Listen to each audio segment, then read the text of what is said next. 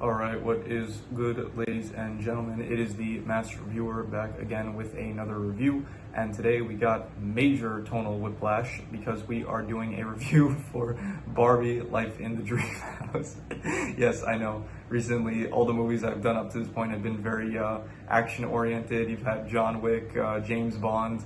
I'm pretty sure before this video is the Usual Suspects, so to go from all that action heavy stuff to Barbie Life in the Dreamhouse, it is yes, a major tonal whiplash. But hey, this is the most recent show that I had on my randomizer, and it is a rewatch for me. I watched it actually, I think this is like my third rewatch, to be honest. This is a show that I watched when I was younger just because my sister watched it, and I ended up watching it with her, and it was we'll get into it with the review. So yeah, so starting off with the characters in this, you have obviously the main character, Barbie. She is very standard, very plain, nothing really to her. She's basically like the perfect main character. Like she's always like she always does the right thing and stuff. She's always like there for her friends and stuff and all that. You have Ken, who is my favorite character. He's the boyfriend of Barbie, and he is constantly like there for Barbie, helping her out with stuff. He's constantly the one creating inventions and stuff. I think he has the best comedic bits. Other than that, you have Raquel, who is the main rival of Barbie, even though Barbie doesn't really view it that way. She views Raquel as a friend. You have Ryan, who is Raquel's brother, who he is just basically trying to hit on Barbie the entire show. Other than that, you have Nikki, Teresa. They're pretty, there's nothing really for me to say too much about them. They're kind of just like Barbie's friends. Nikki doesn't really have anything about her character. Teresa, she's kind of not all there all the time. Like yeah, other than that, you have Midge, who is like the old-fashioned character. Summer, who is the sports loving character, and then Grace, who was only in like really a few episodes towards the end of the show, but she was like the smart science character. And then you have Barbie's sisters, Skipper, Stacy, and Chelsea. They all got you know, they're just other minor characters. And then you have the pets, Blissa, Taffy, and Tawny. Yeah, overall, all the characters, they're like, I would probably say just like, I guess above average. Like they're not, they're pretty good. Where's mine? Here we go. They're fine. They're not, like there are like, I don't know, they're very standard and basic, and there's nothing really, like none of them have too much depth to them really. But you know, they're entertaining to watch this, so it's like above average, I'd say. Like they got their moments and stuff. Anyway, the plot. This is basically every episode is like 3 minutes, and it's just like it's pretty standard, like everyday kind of stuff where every episode is just something different going on. Like one day they go to the beach, another day they'll go to like shopping at the mall. It's very focused also on like fashion and stuff because it is Barbie. So yeah, you do have just it's a mixed bag. Like some episodes will be good, some episodes you won't care for.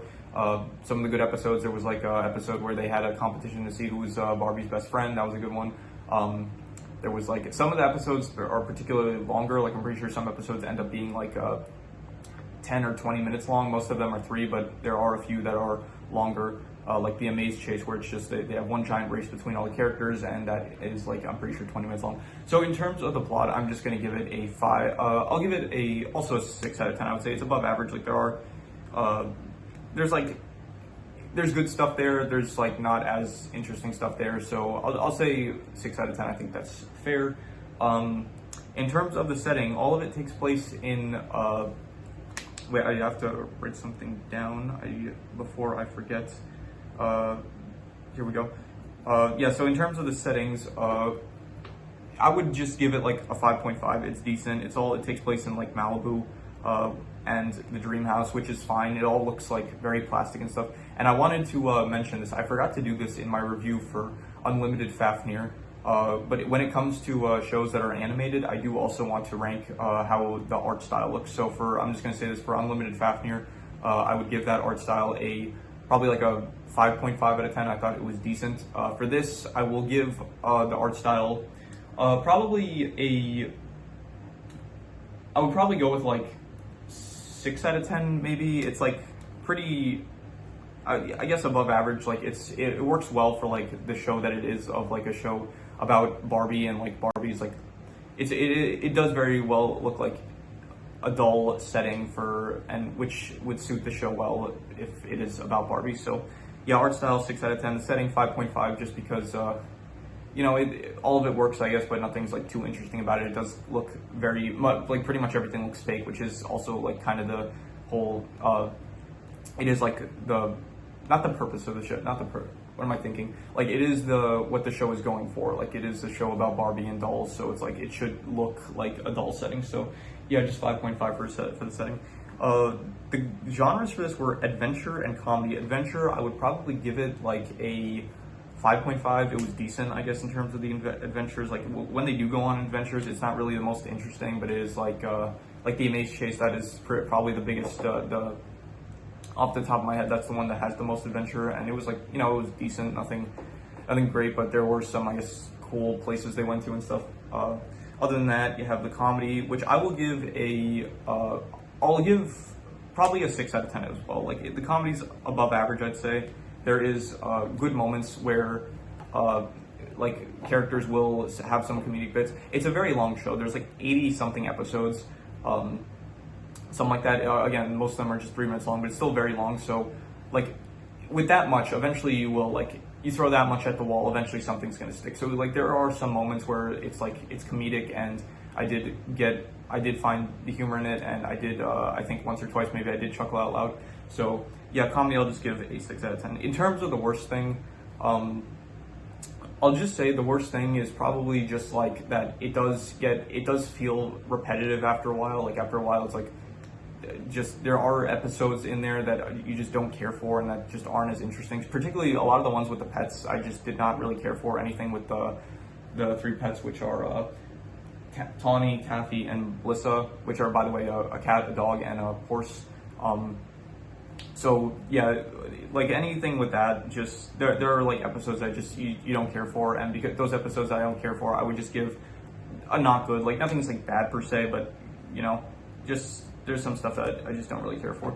In terms of the best thing, I'll just say like probably just Ken. I like his character a lot. Like every scene, there was like one episode with him that I didn't like, where it's like his cousin ends up showing up, and it's like they do that cliche of like, oh, he feels like he's the worst version, like he's getting stood up by like his cousin, and it's like he feels like he's inferior, and they do that whole thing, and then Barbie has to like reassure him like, no, you're great, you don't think badly about yourself. So I didn't like that, but other than that, like every time Ken's like on screen, it's like entertaining. He has good jokes. He has or like at least comedic bits. There's not really any jokes here. It's mostly just like comedic stuff that happens.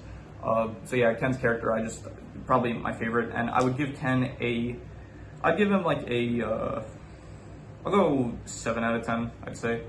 So yeah, I don't have any extra details for this, so I am going to do the calculations. So King Crimson.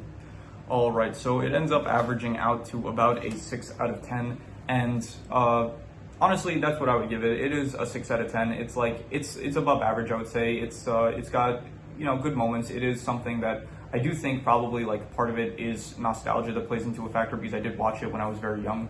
So yeah, that might be factoring into it, but it is definitely like it's not like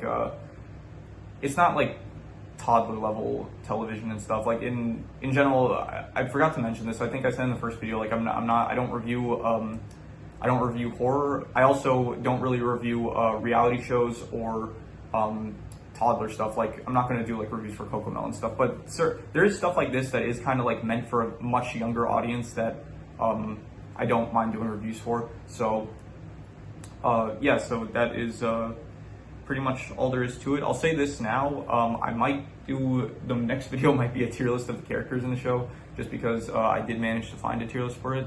Like I didn't do a tier list for the Hawkeye series because it was missing a lot of characters I thought should be there. And I said I was just going to do a tier list for all the MCU characters once I finish all the projects. But in this case, I think I might do a tier list for the Barbie characters because I am able to. So if I do that, then you'll probably see it as my next video. But yeah, with that said, that is pretty much all there is to it. This was a very interesting video to make. I did not expect to be doing a review for this as soon as I did, but yeah, here it is. So yeah, that's pretty much all there is to it. So let's leave it at that.